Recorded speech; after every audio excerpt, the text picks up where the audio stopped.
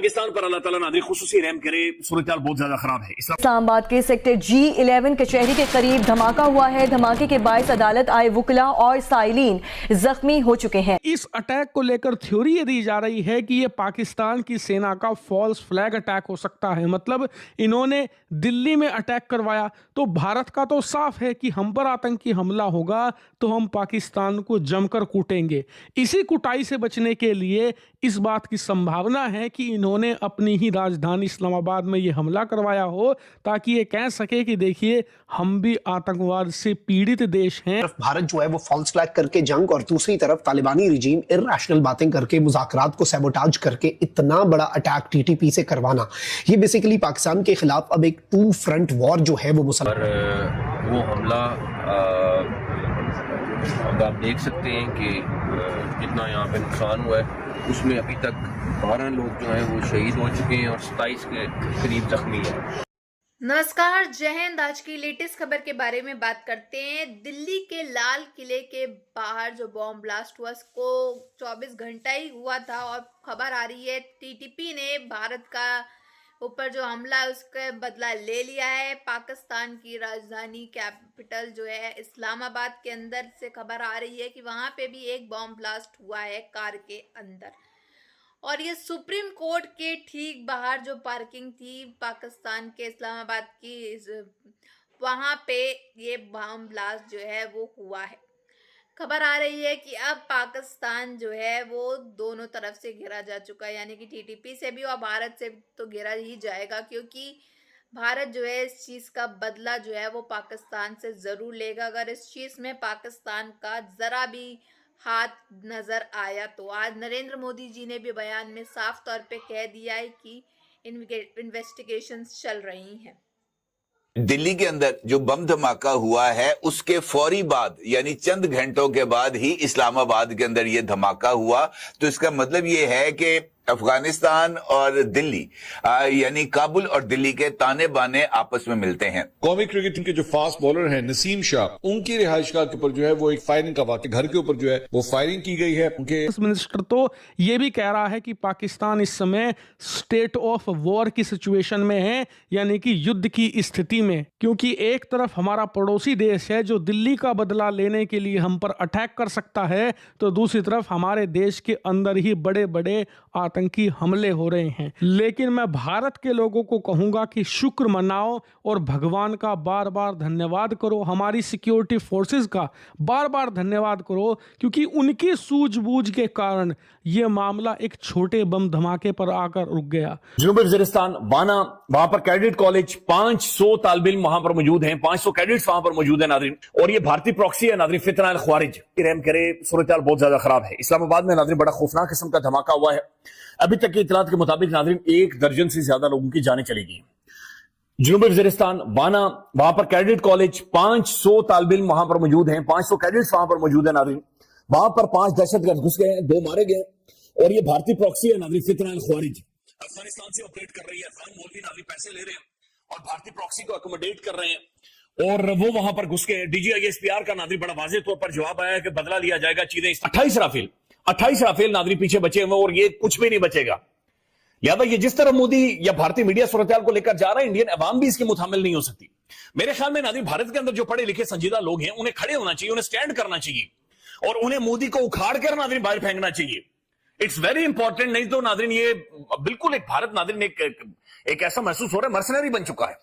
जिस तरीके से वो बिहेव कर रहा है, जैसा वो एक्ट कर रहा है, जिस तरीके से अफगानिस्तान के अंदर वो फंडिंग करवा रहा है, ये बड़ी खौफनाक चीज है। ये अंदाजा लगाए ना नाज़रीन, से वहां पर खड़ी थी गाड़ी, सलमान ने खरीदी, खालिद को दी, खालिद ने तारिक को दी, तारिक आगे लेकर आया, 2 मौलवी उन्होंने पकड़ लिए नाज़रीन, उनके चेहरों से गुर्बत टपक रही है, उनके चेहरों से बेचारों की बेबसी टपक रही है, बुरी हालत है उनकी नाज़रीन, उजड़े हुए वो हैं, उन्हें बिठाकर टीवी पर रखे गए, ये मौलवी शामिल है।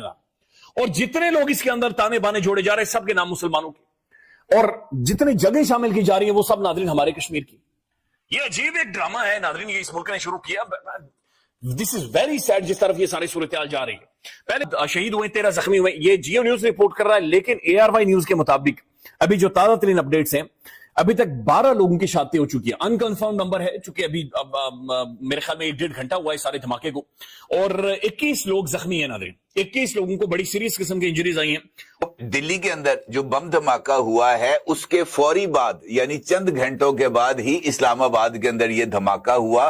तो इसका मतलब यह है कि अफगानिस्तान और दिल्ली यानी काबुल और कल ही वजीरिस्तान का एरिया है वाना, वहां पर एक कैडेट कॉलेज पर जो दहशतगर्द हैं उनकी तरफ से हमला किया गया और वहां पर जो कैडेट कॉलेज है उसको यरगमाल और स्टूडेंट समेत यरगमाल बनाकर एक और सानहा पेशावर की बुनियाद रखने की कोशिश की गई। लेकिन इस दौरान भी सिक्योरिटी फोर्सेज ने न सिर्फ बर वक्त कार्रवाई की बल्कि इस कार्रवाई के नतीजे में जो कैडेट्स थे उनको बाहिफाजत निकाल लिया गया। अलबत्ता जो एक धमाका हुआ और धमाका के बारे में पहले तो खबर आई कि जी सिलेंडर धमाका हुआ गाड़ी में, लेकिन मैंने जस्ट जैसे ही वो फुटेज देखी तो मैं उस वक्त मैंने कहा नहीं, मुझे सिलेंडर धमाका तो कम से कम नहीं लग रहा।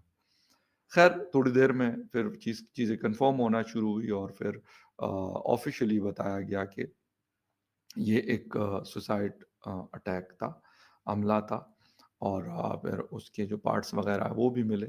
लेकिन नॉर्मली हर किसी को चेक करते हैं लॉयर्स की तरफ से, वैसे ही मतलब उनका दूसरा एक रास्ता जो लॉयर्स हैं वो वहाँ से गुजर के जाते हैं, लेकिन साथ साथ है ये साथ, और फिर आउट का एंट्रेंस है। अगर मैं कहूँ कि जैसे ही आप एंटर हो जाते हैं जहाँ पे ये हुआ, इसके कुछ शायद 20-25 मीटर अंदर, तो वहाँ पर जो जिसे कहते हैं कि एक बहुत बड़ी तादाद यानी सुबह 7:30-8 बजे से लेके है। अच्छा हुआ ये कि ये आदमी जो भी है, अभी ये तो कह रहे हैं कि ये टीटीपी फितनाल खवारिज का आदमी था और इंडियन स्पॉन्सर्ड है और हैंडलर्स इनके अफगानिस्तान में। ये तो जैसे ही हुआ तो फौरन ये खबरें आना शुरू हो गई। लेकिन मुझे इस चीज़ के ऊपर कुछ, मैं ये नहीं कहता कि हुआ नहीं या रियलिटी नहीं है, हुआ तो सही, लेकिन कैसे हुआ, मेरा ये क्वेश्चन है कि ऐसे इलाके में, और वो भी रावलपिंडी के इंटरनेशनल क्रिकेट स्टेडियम में, इस जगह से गो कि वो कुछ फासले पर हैं लेकिन एक ही शहर है, तो दो ये बड़े इवेंट हो रहे हैं। अच्छा, एक तो ये हो गया, इसके साथ साथ फिर अगर मैं आऊं तो ये कह देना कि जी अफगानिस्तान में बैठे हुए हैंडलर्स और इंडियन स्पॉन्सर्ड, तो क्या इससे हालात बदल रहे हैं या क्या कोई हम फायदा गेन कर रहे हैं इन चीजों से? क्या चीजें इससे हो, ये आगे बढ़ेगी? अगर किसी को ये लगता है कि यार मैं तो सुकून में बैठा हुआ हूं तो मुझे क्या परेशानी है, तो शायद सबसे बड़ी गलतफहमी हर किसी की यही है। दूसरी बात, अफगानिस्तान के साथ हमारे मामलात भी हमने मतलब काफी एक्सट्रीम पे लेके चले गए। शायद बेहतर तरीके से हो सकते थे, ठीक है, बातचीत हमने 2-3 दफा की, लेकिन अगर बातचीत से नहीं बात बनती तो ठीक है, हम अपने बॉर्डर्स को प्रोटेक्ट करने।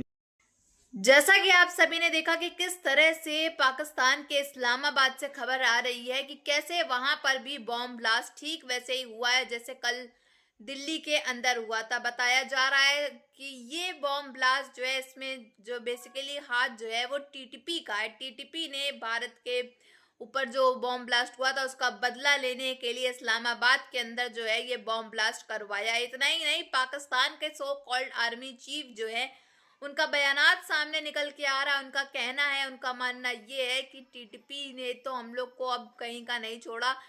करीब इसमें बताया जा रहा है 12 लोग जो हैं मारे जा चुके हैं इस बॉम्ब ब्लास्ट के तहत। और अब पाकिस्तान के सो कॉल्ड फील्ड मार्शल का कहना है कि भारत तो हमारे ऊपर अटैक करने की तैयारी कर ही रहा है और पाकिस्तान के अंदर भी अब जो है अटैक होते जा रहे हैं।